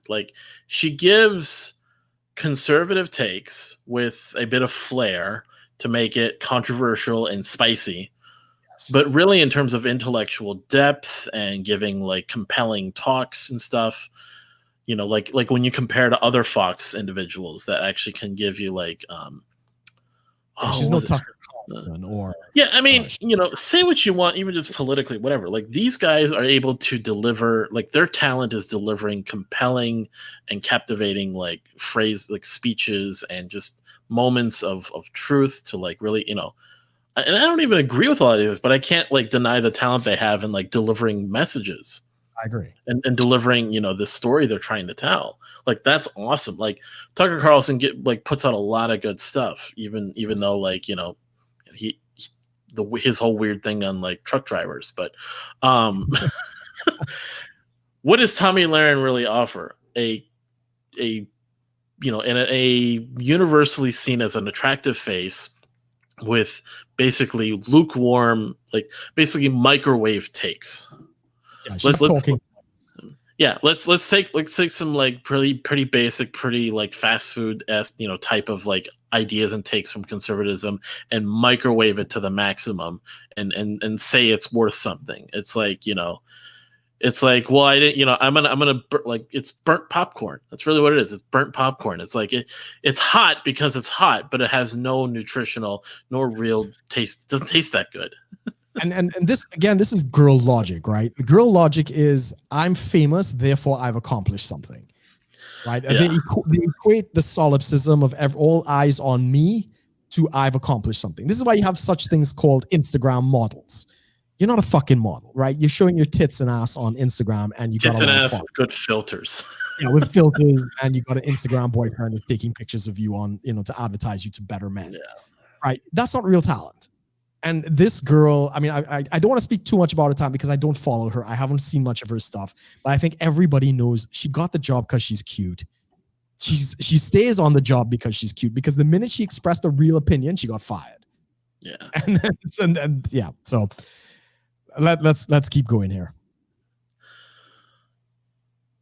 Please don't mix us in with the Tatianas. We don't want to be there. If that's what you want, find them. Please, for the love of God, do not just mix a glorified us in Tatiana with them because we don't want to be there. And quite frankly, we take it as an insult if we find out that you are also talking to 5 Tatianas who have nothing going on. People like me and my friends are going to be insulted by that. And there's almost really no coming back from it. So if you want that kind of a girl, the kind of girl who's just kind of happy going through the motions of life, not really super ambitious, hasn't really found herself yet, doesn't really have a whole lot going on other than she's pretty, please just go out. Hasn't found herself, has nothing going except that she's pretty.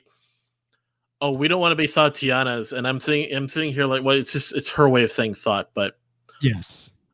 You remember the I hate, it's a little bit of a nerd moment, but have you heard of the phrase "a contract is a contract is a contract"? I've heard it before. Yes, I can't remember where it's from. The Ferengi say that. Okay, like a contract is a contract is a contract. Yes, I'm going to change that. A thought is a thought is a thought. There are two things that she's saying here, which. Actually, run it a little bit more because she actually does make the point, and I'll hit on the point then. After them, and please do not mix us in. We don't want to be there. I promise you. So value. There's a lot of women out there that I know that are my good friends who have amazing jobs, who work really hard. Keep going. Okay. But who can't seem to find a decent guy, even if they go up in age 5 to 10 to 15 years, because those guys all want to be with 21-year-olds who have nothing going on. It's very unfortunate. I don't think it's going to be fulfilling. But I would say to the men out there, kind of maybe find a woman that you can talk to, communicate. One sec. There we go. Right. She well, first of all, what you said was correct, right? Thoughts flock together, right? Now, granted, she's got more money. She's got a career based completely on her looks. So far, she doesn't have an OnlyFans, so there is at least a modicum of talent where she doesn't need to take her clothes off. But she just said it, that the guys that they're looking at, that all of her friends are looking at, are looking for the 21-year-old Tatianas who don't have as much going on in their life. And to that, I say, amen. Because those why men, do they? What does it mean when they have nothing going on? They're like. And she listed it. All of my friends are successful. All of my friends are ambitious. They work really hard. Yeah. And she's listing all of these manly traits that men are not attracted to. And she's basically saying, I think Peter brings up a good point. She has no friends. She keeps talking about them, but she doesn't got any. All of this happened to her, Peter. She's just projecting. But I've actually asked some women this who are a little more who can be a little more honest than typical women that have said, I was like, I asked them, I said, do you have any women that are not family, that are friends of yours that you can trust absolutely? No. They said no. And I was like, women can't stand each other. I know, but I asked a woman this and she was like, no, I don't have any. I was like, so the closest thing is probably like an aunt or a grandma or maybe your mom, right? She goes, yeah. I'm like, that is the difference between relationships between men and relationships between women. So the whole good friends, the whole, I've got all this great stuff going on and they're successful in all this. They're competing with each other. Whether they like it or not. And I mean, men do it for the sport of it. Yes. We do know when we're being outflanked as well. But the thing is like when men are like competing, it's the sport and it's also the fun. It's like, yeah, it's like, awesome, dude, you got a promotion. Oh, yes. You got a promotion? Like there's women, you get a promotion? Oh, okay. What'd you do? Like, what do you have? I mean, oh, baby, you're so lovely. And then the minute she turns her back, I hate this bitch. But with men, it's like, hey, fuck face, what's going on, man? Ah, this is a really cool guy. That dynamic really does play out. And this, if Tomi Lahren is hunting for a man as much as she says, I'm willing to bet whatever. I think Peter's right. She probably doesn't have friends, but whatever female associates that are pretty good looking, she knows she's in competition. She knows these are not her friends. These are her competitors. Yeah. So she can't really have, really hot looking women coming around and maybe that's what happened. Maybe, I like this, by the way, the up next in the side. every type of guy in the DMs. Anyways, let's keep going here. With might actually have her shit together, might actually be ambitious and have something going on or want to have something going Don't care. Keep going. on. I don't care what she does. She doesn't have to be on TV. She doesn't have to be a PhD. She doesn't have to be a television producer. She doesn't have to own her own company, but be ambitious and have something going on. Those women are out there are going to be a lot more fulfilling to you. You're actually going to enjoy your time. And if you actually might want a sustainable and healthy and stable relationship, that's probably the kind of girl you're going to need to find. Not the Tatianas who just want to look cute. Just really quick. This bitch does not get to tell us how to have a sustainable relationship when she ain't got none, right? First of all. Second of all, I shared this story in my video and I'll make it really quick. I have a friend of mine, very successful businessman, multiple 6- and 7-figure income, married to a very ambitious lawyer, and his life was a living hell. Absolute nightmare, which makes sense. Why would you marry somebody whose job it is to argue? Like, seriously, what's wrong with you? That's the thing I've kind of like looked at is like if I'm looking into like relationship material for someone, one of the things is like oh, do you want a chick that doesn't work? It's like, well, I mean, if she works, it's fine, but I don't want like a professional woman. Ironically, as sexist as that sounds, if I want peace in the home, you're exactly right. I do not want. It's like, lawyer, I mean, she could like, if she was like really, and this again, it's gonna sound super sexist too. Yeah, but, we're sexist here, man. We're a bunch of fucking misogynists. We hate women. At best, she's a general manager for a restaurant. Right.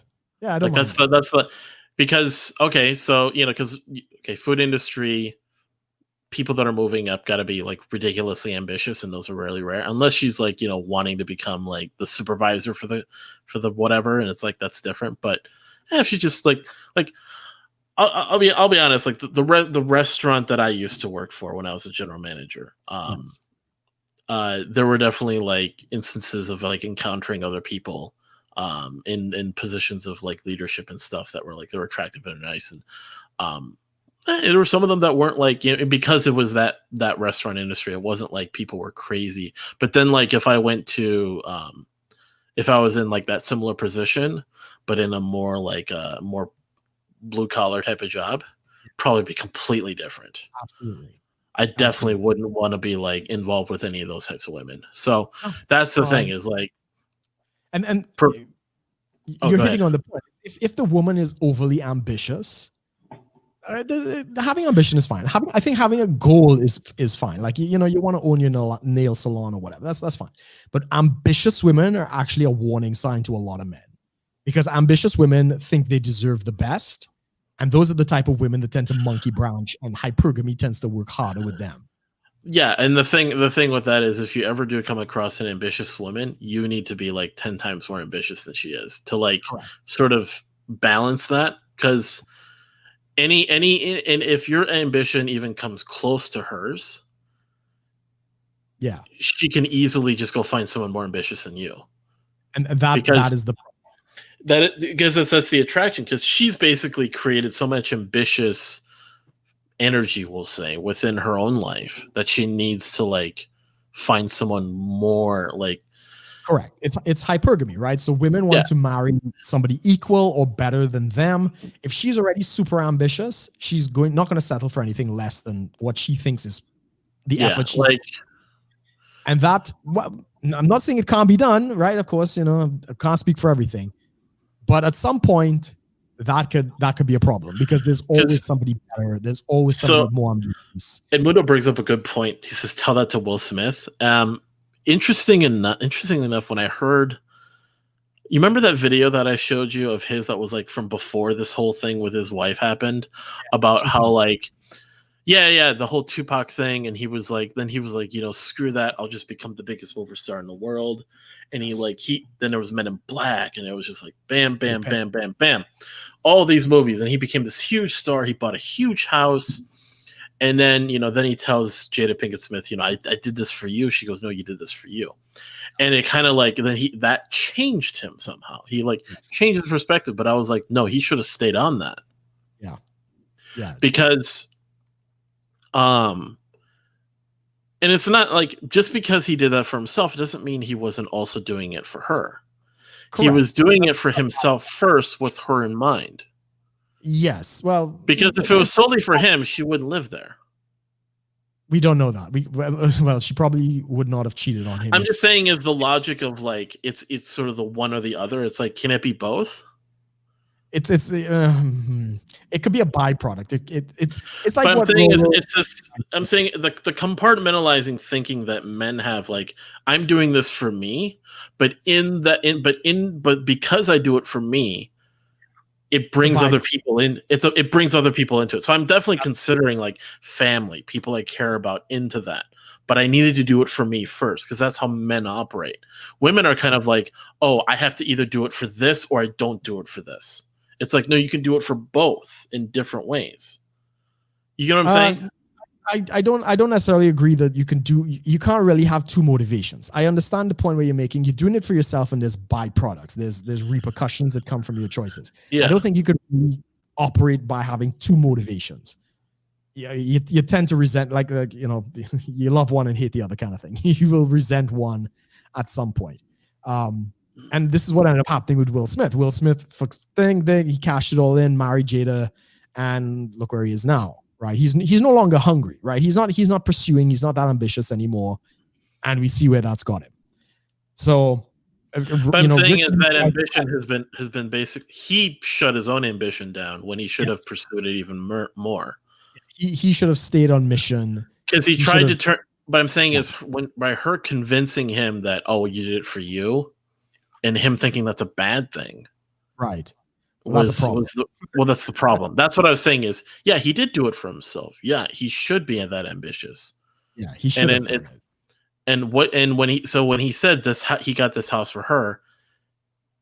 He was right now. Well, yeah, I don't know the video. That actually sounds very weak, if I'm honest. But anyway, let's keep going. That's a nuanced point. We could discuss that in the raw takes. All right. The heck? Oh, whoops. Here we go. Cute and post Instagram stories. Now, I love a good Instagram story. Y'all know I do. I love a good boomerang. I love a good whatever. But if that's all you do, men, if that's all she does, probably Houston, we have a problem. I'm just going to let you in on a little problem for you, maybe. The next thing on my list is this: consistency.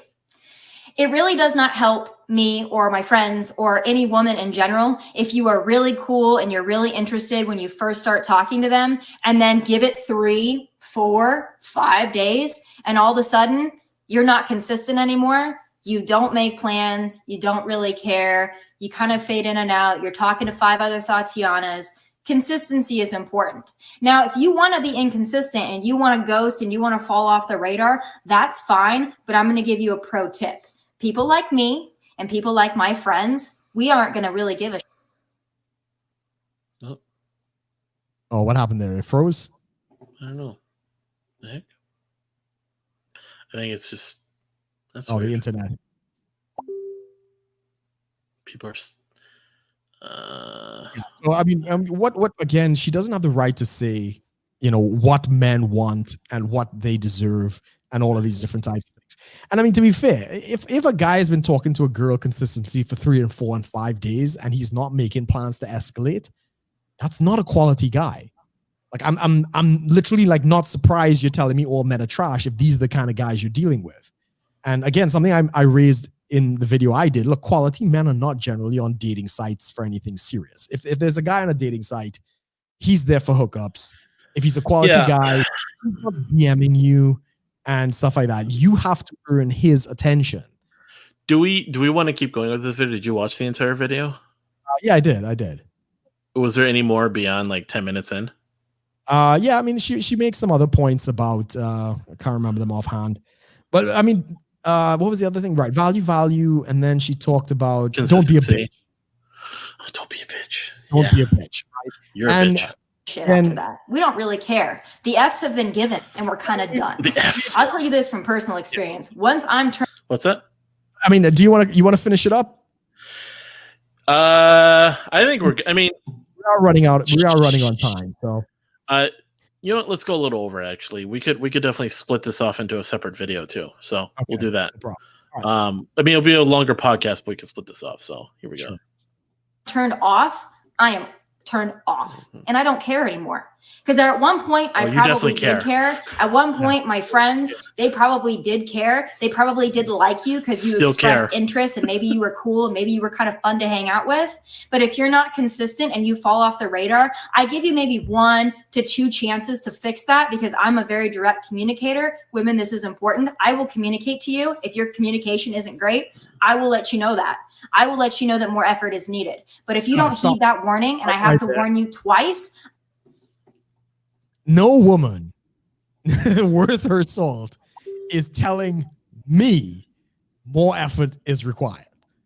Like, if that's the case, if me being me, and again, you see, she still thinks she's the prize. She still thinks that men have to qualify for her. But the type of men she's going after are, again, they are pre-qualified. They're probably wanted by all of the other Thotianas, as she says. Thotianas. She does not get to tell me more effort is required. Like, if some woman comes up and tells me that, like, Brooke, you got to step it up, man. More effort is required. I'd be like, there's the door. Like, I'm going to do me. My life is not centered around you. You are not the center of my world. I am. If it's not enough, fine. Go on. I think that's a very brazen thing for her to say. But yeah, keep going, man. Keep going. Yeah. All right. I'm done at that point because I don't really care anymore. Now I'm done. Now I don't care. And I know my friends who are watching this are thinking and saying the same thing because we have these conversations on an almost daily basis. Yeah, Once you turn us off, we don't care anymore. You still care. So let that be a warning to you. You're probably not going to circle back. They always come back. They always and you're still there. Back. But when you're ready to come back, I probably don't care anymore. So if you want to switch up, stay there. Pro tip. Sorry, what now? No, as you know, she's saying, oh, well, yeah, they always come back. They always come back. But you're still single. Yeah, that's what this is what I'm getting at is they always come back. They always come back. Yeah, you're still there. Like,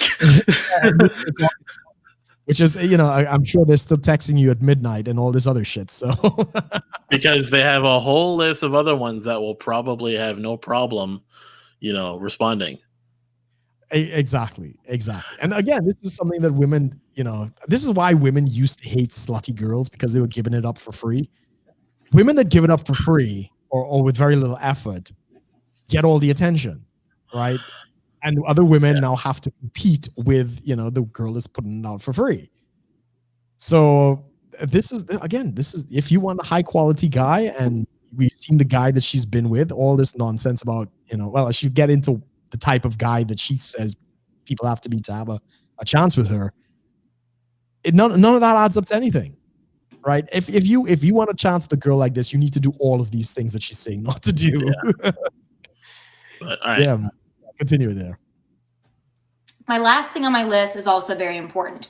Don't be, excuse my language, don't be a bitch. Don't be a bitch. Really? Don't be a bitch. If you have been failed and you lost a woman of value like myself or my friends, and then we don't really care anymore, she's a woman of value. Don't be a bitch. Don't be butthurt. You did it to yourself. Okay? And it's no longer my problem. Now it's become a personal problem of yours. So don't be a bitch. Yeah, and by the way, problem for her. That's why she's lecturing us, right? Because it's our problem, right? It's not her fucking problem. That brings her onto a Facebook This is stream. what's hilarious. Yeah, she's everything is us, everything is men, everything is, you know, well, my friends and I agree is your problem. And then it's like, wait, no. You're the one projecting here. Like, yeah. You know, we are being a bitch. We always come back. We are the problem. You know, you're talking to all these other Thotianas, and again, she has no clue that men actually have different standards of attraction. And the things that she thinks men are attracted to, we ain't attracted to, especially lectures like this. As I put it in the video, like she's basically screwed herself in a royal fashion, whereby, and I think you and I both have, most men have this experience at some point when they're in a relationship with someone they care about. you want the relationship to work, and we're probably in a more beta phase, and we say to the girl, oh, just tell me what to do and I'll do it. And the problem with that is the minute she tells you what to do and you start doing it, she'll never know if you're doing it because it's who you really are, or you're doing it just because she told you to do it. And at that point, the relationship is over. So by Tomi putting this video out and saying, well, these are the rules, whatever her list is, any guy that starts doing these things, she could never now tell whether they're doing it because they're really, the alpha chad kind of thing, or if they're just doing it because she said so. So yeah, she's screwed. All right, here we go. No longer interested because your effort is shitty. You're still That's interested. That's not me being a bitch. That's not me being difficult. You're That's a bitch. me having a standard in which I expect from people. I do have high standards and high expectations. My friends have high standards and high expectations. Do you want to know why? We've worked for those. Okay? What work? We work hard. We're successful. What work? We take care of ourselves. We try to look cute. We have a desire to be something more each day. Okay? Why is looking cute mean something? I mean, looking cute is looking cute. I'm not going to go against that, but why is looking cute earn you something? So thank you. It's a revert. It's another way of like she's trying to make it sound like it's a talent. Like I mean, they're if you want to look cute, go into modeling. But you're obviously no, I know, but I mean, it's like if your talent is looking cute, admit to that. Yeah, but again, this is it's unfucking believable. She's there saying, we've worked hard, we've done this, we've done that, we're successful, we try to be better than every day, and we've deserved what? What do you deserve from me because you've done all of these things? You deserve fuck all, right? You don't get respect because you've worked hard. Respect is earned. If you want me to respect this is the whole the expectations that are put on relationships. Like so many times I get like chicks that are like, oh, I don't want this, I don't want that. I want it to be, I'm looking for a long-term thing. I'm not going to even consider long-term until like after at least a couple of dates and stuff. Like exactly. It's I don't want this, I don't want that. Like, you can't put that expectation on me. Exactly. All these women, I'm looking for a serious relationship. I don't know you. I don't know if we can have a serious relationship. We might just have a fun relationship. I can't give you that beef. They want commitment. Serious could be a whole lot of fun 6 months down the road. Yeah. But earn it. And this is what Tomi, Lahren, and a lot of these other women online do not realize. You have to earn that spot with me, not all her career and all that stuff. That doesn't earn respect from me. You're not entitled to anything from me. None of that applies to me. And at the same time, you're not entitled to a serious relationship. You may not be serious relationship material. So, All right. We got to finish this up quick. That's why we have the ability to be somewhat what you call difficult. It's not difficult. We just have a baseline standard. And if you can't meet that standard, that's okay. A lot of men cannot. What earned you the standard? If you are one of those men out there, and I have them all over my DMs, sometimes I check them, and you guys are like, what would it take to be with someone like you? What would it take to be with your friends? What are girls like you? What are they looking for? I laid them out for you very simply there. In order to have a shot with a girl like me or girls like my friends, girls that are worth a damn, you don't really have to be Brad Pitt. You don't have to be famous. You don't even really have to make a lot of money or have a really fantastic job. You just have to be determined. You have to be in some way successful in that you want to attain some certain kind of success for yourself. You're driven. You have goals. You can handle a woman with standards. That's not going to turn you off. And you're going to put in the effort to be with somebody like myself or my friends. We deserve that.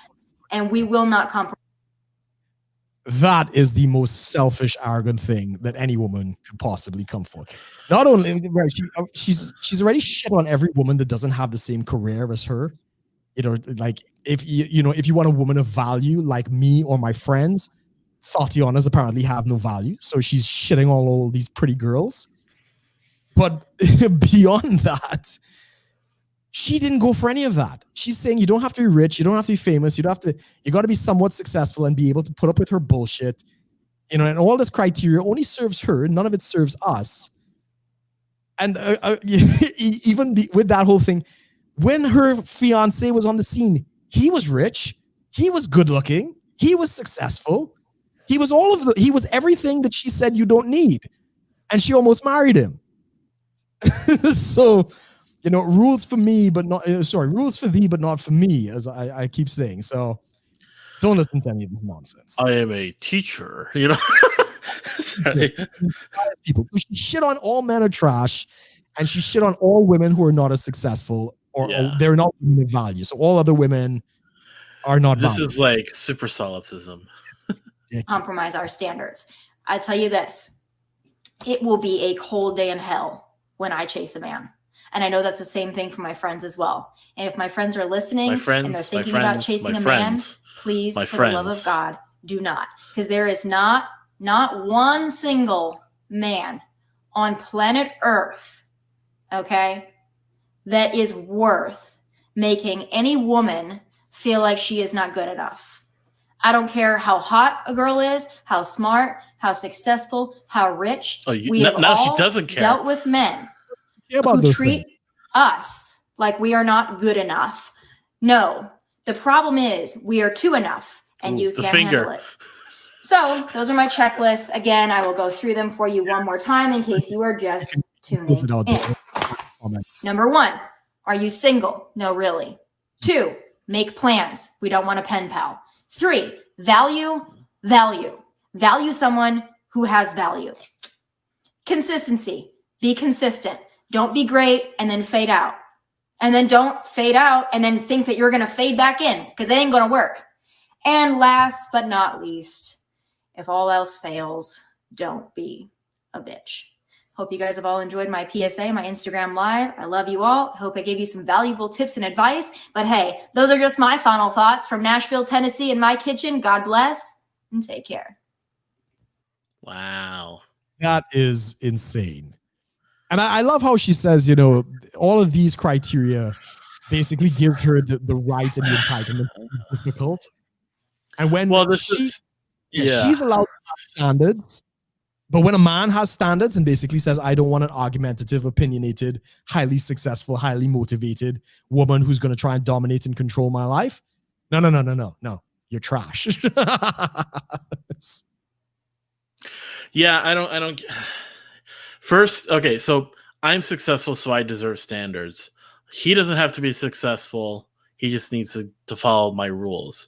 Yes. But then success doesn't matter. But then success does matter. It's like, wait. You don't need to be successful, but you need to be successful. That's basically what she said. She has no clue what she I don't need to be successful.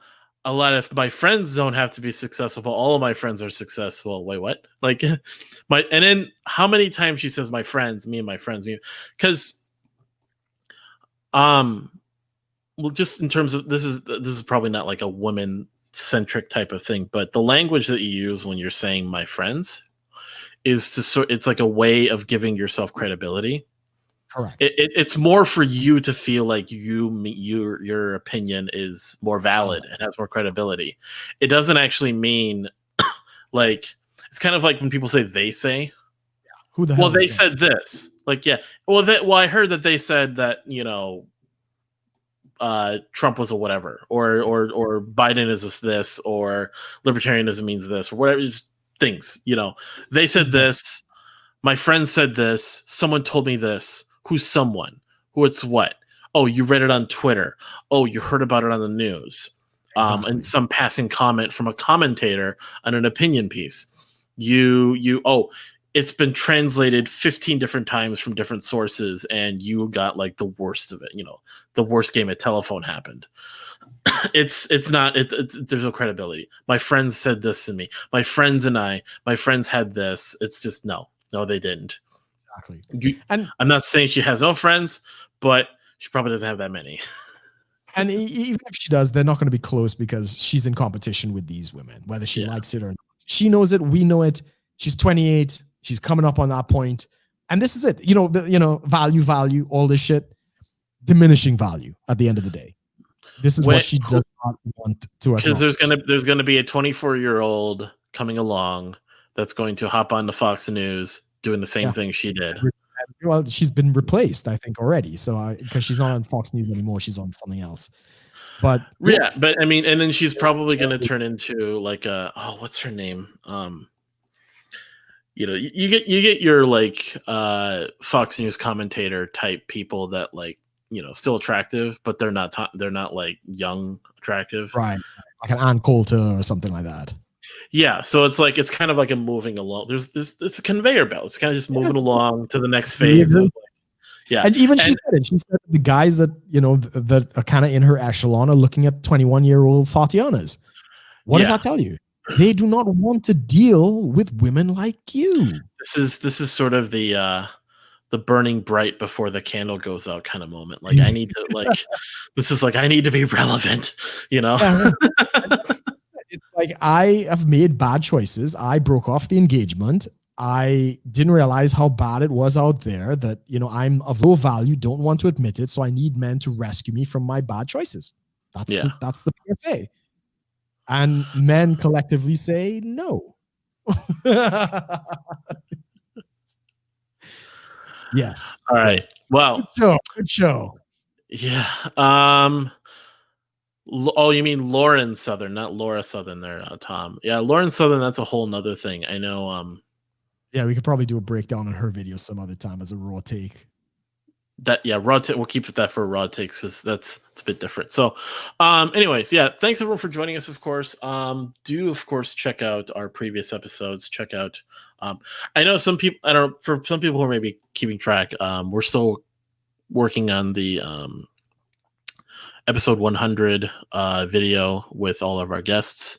I'm going to be cranking that out here today to try to get that out as soon as possible. We're just trying to throw some music on, trying to line everything up. Also, Brooke and I did a quick little intro to kind of like show to add to the video, and then it's just like a thank you to. Of course, it's a thank you from us to our guests, but also like it's a bit of a favor we're asking from the guests who did the partake in the video to show support for the 100 episodes. But anyways, check out Tactical Soap as always with the 10K Rum coupon code for 10% off. That goes towards us.